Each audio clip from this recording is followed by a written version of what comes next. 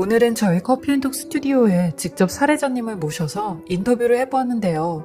지금부터 사례자님이 겪으신 기막힌 이야기를 바로 읽어드리도록 하겠습니다. 안녕하세요. 저는 올해 65세가 된 박영순입니다. 환갑이 넘은 저에게 이런 일이 생길 줄은 꿈에도 몰랐습니다. 환갑이 되면 남편과 둘이 오붓하게 손자 손녀 재롱이나 보고 슬슬 여행이나 다니면서 살 줄 알았는데 이런 제 삶을 한순간에 망가뜨린 사건이 하나 생기게 되었죠. 이 사건으로 저희 집은 그야말로 풍비박산이 나버렸어요. 말려눈이 없다 이렇게까지 없는 사람은 저 하나인 것 같더라고요. 저랑 남편은 반월공단에서 일을 하다가 만나게 되었어요. 같은 공장에서 일을 한 건 아니지만 공장 근처 식당에서 매일 남편을 만났죠. 작업복이 그렇게 잘 어울리는 사람은 남편이 처음이었습니다. 남편이 잘생기거나 키가 크거나 그런 것도 아니었어요. 키는 저랑 비슷하고 얼굴도 항상 기름때에 까무잡잡했죠. 그런데도 이상하게 마음이 많이 가더라고요. 남편과 결혼 얘기가 나오고 처음으로 엄마한테 인사를 갔는데 저희 엄마는 남편을 쳐다보지도 않았고 물도 한 잔 안 주고 내보냈어요. 저희 엄마는 저런 남자랑 결혼을 하면 어쩌자는 거냐고 소리를 지르셨어요. 가뜩이나 우리 집도 형편이 안 좋은데 더 안 좋은 사람을 데리고 오냐며 니는 평생 공순이로만 살 거냐고 했어요.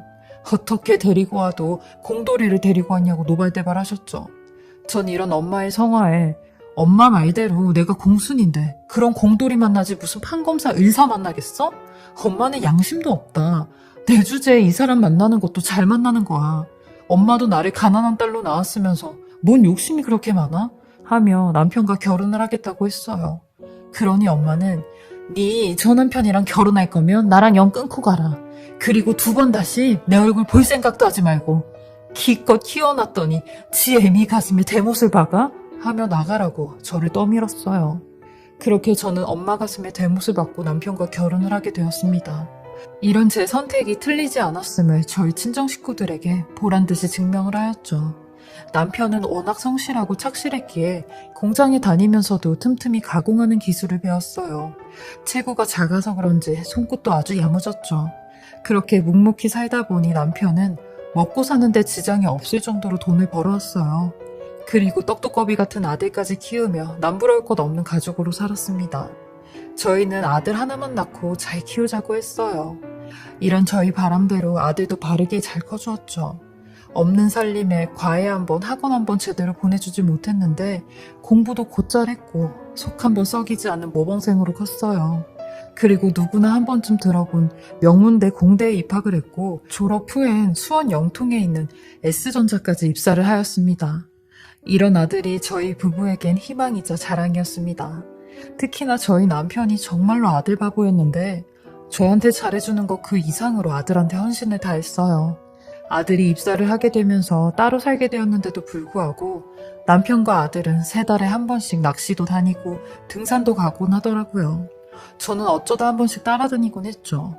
그리고 저희 아들 22살 되던 해 이제 아들놈 다 키워놨고 집 밥벌이도 알아서 하니 장가만 가면 되겠다라고 생각을 하고 있던 저희 가족에게 그야말로 청천벽력 같은 일이 하나 생기게 되었습니다. 아들이 처음 회사에서 건강검진을 받게 되었는데 대장이랑 간이 좋지 않다는 소견을 듣고 대학병원에 가서 다시 검사를 받게 되었는데 직장암 4기라는 판정을 받게 되었다는 겁니다. 저희 아들 나이 32살이었어요. 이제야 인생이 조금 피는 것 같은 아들에게 암이라니. 어떤 부모라도 자식이 암에 걸렸다는 얘기를 듣게 된다면 하늘이 무너지는 기분일 겁니다. 저 또한 그 자리에 털썩 주저앉아 버렸어요. 하나밖에 없는 내 새끼가 내 아들이 암이라니. 아들이 아플 동안 엄마라는 사람은 아무것도 모르고 정말 제 자신이 한심스럽고 원망스러웠습니다. 아들은 혹시나 저희 부부가 걱정을 할까봐 건강검진을 받았다는 얘기도 안 했다고 하더라고요. 그래서 혼자 대학병원에 가서 검사까지 받은 거였고요. 그 얘기를 듣는데 얼마나 눈물이 나는지 아무 소리도 못하고 울기만 했어요. 원래부터 변비가 좀 심했던 아들이었는데 요 근래 입맛도 없고 밥도 잘 안 챙겨 먹어서 변비가 더 심해졌대요. 그러니 살도 엄청 많이 빠졌다는데 설마 이게 암 증상일 거라고는 생각도 못했다고 했죠. 단순히 스트레스라고 생각했다는데 이 소식을 듣게 된 저희 남편은 조기 퇴근을 하고 집으로 왔어요. 툭 하고 건들면 금방이라도 터질 것 같은 눈으로 눈물까지 그렁그렁 맺혔더라고요. 이런 남편은 저보다 더 큰 충격에 빠졌어요. 그날 셋이서 얼마나 울었는지 몰라요.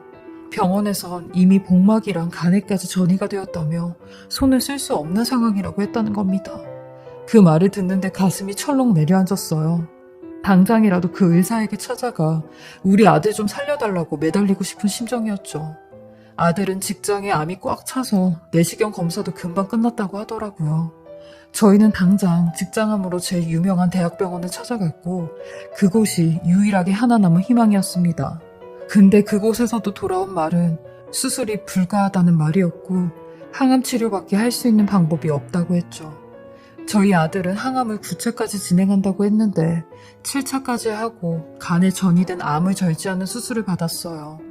한 번은 아들이 거울을 보며 엄마, 이 얼굴이 내 얼굴이 아닌 것 같아 라고 하는데 뒤에서 몰래 얼마나 울었는지 몰라요. 아들 앞에서 절대 울지 않기로 남편과 약속을 했거든요. 근데 아들은 9차까지 진행을 해야 하는 항암 치료를 많이 버거워했어요. 그리고 도중엔 그만하고 싶다는 얘기까지 하더라고요. 그때 처음으로 저희 남편이 아들에게 큰 소리를 쳤어요. 부모 앞에서 못하는 말이 없다면서요. 그리고 남편과 아들이 아주 크게 싸웠죠. 결국 아들은 병원에서 말기 진단 의사소견서를 떼어가지고 왔고 지가 자처해서 호스피스 병동으로 들어가겠다고 하는 겁니다. 어느 순간부터 편히 삶을 마감하고 싶다는 생각이 들었다면서요. 본인을 놓아달라고 하더라고요. 놓아달라는 그 말에 얼마나 가슴이 시리던지 자기의 가치를 지키고 싶다는 아들의 말을 존중해 주었습니다. 그리고 저희 남편도 아들이 아픈 이유로 공장까지 그만두고 아들 건강 회복에 힘을 쏟는데 직장암에 좋다는 음식과 항암 치료에 좋다는 음식을 찾아 아들에게 그것만 주었어요. 특히 버섯류가 면역력에도 좋고 암세포를 억제한다고 하여 남편은 몸에 좋다는 버섯을 사왔죠. 그리고 그것도 모자라 직접 산으로 채취를 하러 다녔어요. 예전부터 워낙 남편이 나물이나 버섯 같은 걸 산에서 잘 가지고 오는데 아들이 아픈 이유로 산에 자주 다녔어요. 그리고 폭염주의보가 내려진 그날도 산에 가서 나물이랑 버섯 좀 따온다고 했어요. 전 그런 남편에게 오늘은 웬만하면 가지 말라고 폭염주의보까지 내려졌는데 그러다 당신도 큰일 난다고 했죠. 그러니 이상하리만큼 오늘 꼭 갔다 와야 된다고 하는 겁니다. 그리고 다른 때 같으면 갔다 올게 라고 인사를 하는데 유난히 그날따라 나 갈게 라고 인사를 하며 나갔어요. 남편의 그 말이 좀 찝찝하긴 했지만 제 느낌처럼 그 말이 마지막 인사가 되어버렸네요. 남편은 그 길로 집에 돌아오지 않았고 쥐도 새도 모르게 사라져버렸습니다. 전화도 꺼져 있었고 이틀이 지나도 집에 들어오지 않는 겁니다. 저는 불안한 마음에 경찰서고 구조되고 다 전화를 해봤는데 그런 신고는 들어오지 않았다고 했어요. 절망적인 심정으로 가까운 지구대를 찾아가니 일정 시간이 지나야 신고를 받아준다고 했죠. 그 기간 동안 아픈 아들에게는 아빠가 사라졌다는 말도 못하고 혼자 끙끙거리고 있었습니다. 그리고 일정 시간이 지나 신고를 하러 갔는데 성인 실종은 아무것도 해줄 수 있는 게 없다고 하는 겁니다. 치매나 범죄 혐의점이 없으면 아예 수사 자체를 착수하지도 않는다고 하는데 실종 신고만 접수가 된다고 했죠. 저는 경찰관들에게 제 사정을 구구절절 다 얘기하고 지금 우리 애가 아픈데 얼마 남지 않았다고 했어요. 하지만 되돌아오는 말은 집에 가서 기다리라는 말뿐이었죠. 그렇게 저희 남편은 7년 동안 돌아오지 않았고 저는 아들마저 잃게 되는 신세가 되었습니다. 3개월밖에 살지 못한다고 했던 아들이 무려 2년이란 세월을 살다가 낙엽이 지는 가을날 낙엽처럼 눈을 감게 되었습니다. 아들은 제게 마지막으로 아버지가 많이 보고 싶다고 하였고 이제 나 때문에 고생하는 일 없을 테니까 엄마도 엄마의 삶을 살라고 했죠.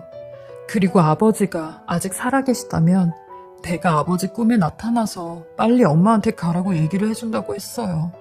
그 한마디에 저는 인생이 또 모르는 남편 없이 아들을 혼자 보냈어요. 그리고 이날 이때까지 혼자 살며 아들의 병원비를 갚고 있었죠.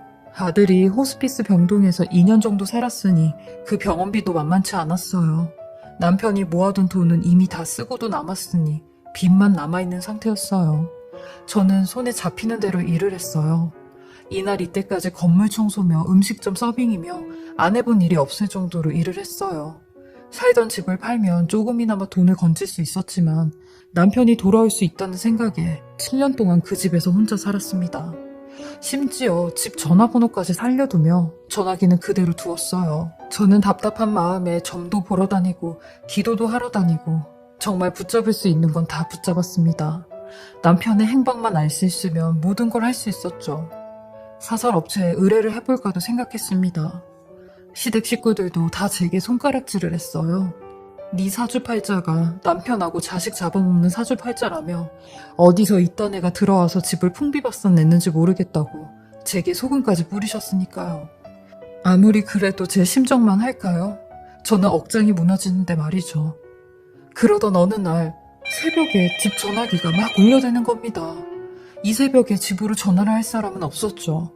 그리고 다들 핸드폰으로 연락을 하지 누가 집 번호로 연락을 합니까? 전화기 화면을 보니 모르는 번호였고 전 바로 전화를 받았습니다. 그러니 지지직거리는 소리만 들릴 뿐 아무런 대답이 없는 겁니다. 조마조마한 마음으로 여보세요? 여보세요? 누구세요? 라고 했고 얼마 안 돼 전화가 뚝 끊겼죠. 저는 쎄한 느낌이 들어 그 번호로 다시 전화를 걸었지만 전화는 받지 않았습니다. 저는 한 달에 한 번씩 파출소에 찾아가 남편에게 연락이 왔는지 물어보며 다녔어요. 경찰들도 저를 귀찮아했지만 저는 포기하지 않았습니다. 1년이 지나도 10년이 지나도 남편을 찾을 때까지 온다고 했죠. 그러던 어느 날 남편을 찾았다는 경찰의 연락을 받게 되었어요. 저희가 한 번도 가본 적 없는 지역에서 연락이 왔어요. 무려 7년 만에 남편을 다시 보게 된 거죠. 저는 버선발로 남편이 있는 지역 파출소로 내려갔고 그곳에 가니 얼굴이 온통 수염으로 뒤덮여져 있는 남자가 신발도 신지 않은 채 벌벌 떨고 있었습니다. 저 멀리서만 봐도 제 남편인 걸 알 수가 있었죠. 저는 그런 남편을 향해 현준 아빠 하곤 불렀어요. 그러니 남편도 절 받고 제게 다가오는 겁니다. 전 그런 남편을 붙잡고 도대체 어디서 어떻게 있다가 이렇게 나타난 거냐고 엉엉거리며 울었죠. 그러니 남편의 첫 마디가 우리 현준이 잘 보내줬냐고 하는 말이었어요. 아들이 하늘나라에 간 걸 알고 있는 듯 했죠. 저는 어떻게 알았냐고 하니 꿈에서 저희 아들이 나왔다는 겁니다. 세상에 새하얀 옷을 입고 남편에게 도망치라고 엄마한테 가라고 했다는데 꿈에 깨어나 아들이 좋은 곳으로 갔다는 걸 알 수 있었대요. 저는 여태까지 남편에게 무슨 일이 있었는지 남편의 이야기를 쭉 듣게 되었습니다. 남편이 이렇게 살아서 온 자체가 기적과도 같은 일이었어요. 남편은 마지막으로 산에 간 기억은 어렴풋이 난다고 했어요. 그날이 무진장 더웠던 것도 기억을 하고 있더라고요. 그리고 바위에서 발을 헛디딘 것까지 기억이 난다고 했어요. 눈을 떠보니 어딘지 모르는 곳에 와 있었고 머리는 깨질 것처럼 아파서 그때 머리에 문제가 생겼다는 걸 짐작했대요. 그리고 순간적으로 아무런 기억이 나지 않는다는 겁니다. 그렇게 남편은 한동안 누워있다가 일어났고 3평도 안 되는 방 같은 곳에 나와 주변을 살펴봤는데 산속이었다고 했어요. 어떤 남자 둘이 밖에 있더랍니다. 남편은 그 사람들에게 여기는 어디냐고 어떻게 된 일이냐고 물어보니 남편에게 자기네들이 목숨을 살려줬으니 목숨값을 내놓으라고 하며 말도 안 되는 돈을 요구했다는 겁니다. 남편은 도와준 건 고마운데 그 무슨 말도 안 되는 얘기냐며 내려가는 길 좀 알려달라고 했대요. 근데 그 2명의 장정들한테 씨알도 안 먹히는 말이었고 어김도 없는 일이었다고 했어요. 반항을 하면 할수록 더욱 남편에게 압력을 가했다고 했죠. 그리곤 어딘지도 모르는 산속에서 노동을 하기 시작했대요. 그 돈을 다 갚을 때까지 일을 하라고 했다는데 남편이 몇 번이나 도망을 치려고 해도 어림도 없었다고 하더라고요. 일단 그 2사람의 감시가 매우 심했고 인적도 없는 곳이라 다른 사람들한텐 도움도 청할 수 없었다는 겁니다. 남편은 7년 동안 있었던 모든 일들을 상세하게 얘기해 주었어요. 남편은 날짜도 시간도 모른 채 세월을 보냈고 대충 계절만 알 뿐이었다고 했어요. 그리고 그 2사람에게 완전히 정신적으로 지쳐있어 모든 걸 포기하고 싶을 정도까지 갔었다고 했었죠. 그 정도로 심각한 얘기를 하는데 저는 갈라지고 거칠어진 남편의 손을 붙잡으며 눈물만 흘릴 뿐이었어요. 그러다 점점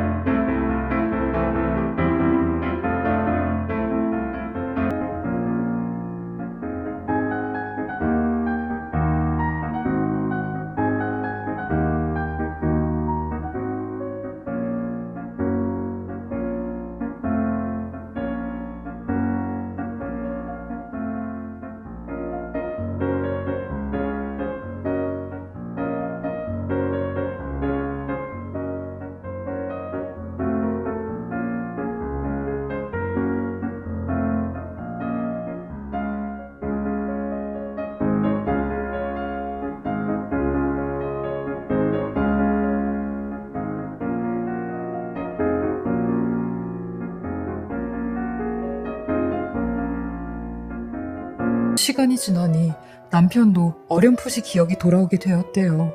다른 기억은 잊어버린다고 해도 저희 가족 이름 석자와 저희 집 주소와 전화번호는 하루에도 몇 번씩이나 속으로 외우며 반복했다고 하더라고요. 더 소름이 돋았던 건 몇 년 전 저희 집 전화로 전화를 건 것도 남편이었더라고요. 그 두 사람과 어느 정도 신뢰가 쌓였을 때 산에 내려와 마을 같은 곳에 가게 되었대요. 새벽이었는지 개미 한 마리도 보이지 않았다고 했죠. 그리고 틈을 보인 그 두 사람을 따돌려 공중전화로 달려갔대요. 제일 먼저 집으로 전화를 했는데 시골 공중전화이다 보니 연결음만 가고 목소리는 들리지 않고 고장난 전화기였다네요.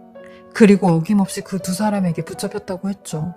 그 이후로 더더욱 감시가 심해져 아예 밖으로는 나올 수도 없었고 본거지까지 옮겨 또 다른 곳으로 갔다고 했는데 남편은 가는 길도 볼 수가 없었다고 하더라고요. 아주 철두철미한 놈들이었어요. 어떻게 이런 일이 있을 수 있는지, 왜 이런 착한 남편에게 이런 일이 일어난 건지 분통이 터졌어요. 그리고 남편이 저희 아들 꿈을 꾼 날 마지막이다 생각하고 죽을 힘을 다해 그곳을 빠져나왔다고 하더라고요. 죽기 아니면 살기로 눈에 보이는 대로 무작정 달려나와 마을이 있는 곳까지 나왔대요. 그리고 제일 먼저 파출소를 찾아가 몸을 숨겼다고 했어요. 파출소에 간 남편은 제 이름과 연락처 그리고 집 주소를 말했고 실종 신고가 되어 있다는 사실을 알게 되었다네요. 그렇게 제게 연락이 온 거죠. 저희 남편은 떨리는 목소리로 우리 현준이가 날 살린 거라며 아무런 희망도 없이 살고 이대로 살다 가는구나 라고 생각을 했었는데 꿈에 아들이 나오니 용기가 생기더래요. 아버지라는 말을 들으니 없었던 용기가 생기는데 아들을 위해서라도 아들이 하라는 대로 해주고 싶었다네요. 그렇게 뒤도 안 돌아보고 나왔다는 겁니다. 근데 진짜로 저희 아들이 남편을 살렸다는 표현이 맞는 게 그날따라 그 두 사람이 술에 취해 인사불성이었고 그 틈을 타 그곳을 빠져나올 수 있었다는 겁니다. 저희 남편은 하염없이 아들 이름을 불러대며 통곡을 했어요. 그렇게 경찰은 남편의 진술을 토대로 수사에 착수를 하였어요. 근데 문제는 남편이 그 사람들의 인상착의는 알았지만 어느 산에 있었는지 알지 못했기에 수사에 난항을 겪었어요. 그 동네 산이라는 산은 전부 다 찾아봤는데 이미 그 흔적은 사라지고도 남았다고 했죠. 근데 정말 다행히도 최근에 본거지를 옮긴 그 사람들의 차량과 모습들이 CCTV에 고스란히 남아있었고 몇 개월에 걸친 수사 끝에 드디어 그 사람들을 잡게 되었어요. 남편은 그 두 사람을 다시 봐야 된다는 생각에 많이 힘들어했죠. 혹시 모를 보복 때문에요. 하지만 죄를 지었으면 벌을 받아야 된다는 형사분의 말에 용기를 갖고 소송을 하였고 재판을 통해 1심에서는 2년 6월을 2심에서는 5년을 선고받게 되었어요. 5년이라니 50년은 선고해도 모자랄 판이었어요. 저희 남편이 억울하게 산 7년이란 세월보다 더 짧은 시간이었죠. 저 사람들 분명 지옥에서라도 그 벌을 다 받아야 된다고 생각을 했어요. 저희 남편은 길고 긴 재판이 끝나고 나서야 아들의 얼굴을 보러 갈 수 있었어요. 모든 걸 끝내고 가야 마음 편히 아들을 볼 수 있을 것 같다고 했거든요. 평소 자연을 좋아한 아들이기에 벚나무로 수목장을 했어요. 그리고 마침 아들을 보러 간 계절도 봄이었는데 저희가 오는 걸 알았는지 아주 환하게 벚꽃을 피우며 반겨주더라고요. 남편은 아들이 잠들어 있는 벚나무 앞에서 무릎을 꿇고 한참을 아무런 말도 못하고 울더라고요. 저는 남편의 야윈등을 어루만져주며 우리 현준이가 다 하늘에서 우리 지켜줄 거니까 걱정하지 말자고 씩씩하게 잘 살아가자고 했습니다. 사실 지금도 많이 불안하고 힘든 시간을 보내고 있지만 남편과 두 손 꼭 잡고 잘 이겨내려고 하고 있습니다. 저의 길고 긴 사연 들어주셔서 감사하고요. 제 이야기를 들어주신 모든 분들도 행복만 가득하시길 바라겠습니다. 그리고 커피앤통님과 인터뷰를 하면서 많은 위로를 받고 갑니다. 고맙습니다. 지금까지 살해자분의 글을 읽어보았는데요. 인터뷰를 하면서도 살해자님께서 몇 번씩이나 눈물을 흘리시는 모습에 저도 가슴이 많이 아팠습니다. 그동안 겪은 일들만 생각하면 아직까지도 참담한 심정이라고 하셨어요. 아드님을 잃으신 슬픔 또한 얼마나 참담하실까 감히 짐작이 안 갑니다. 살해자님도 슬픔에 가슴을 몇 번씩이나 내리치셨는데 남편분은 아직까지도 악몽을 꾸신다고 하세요.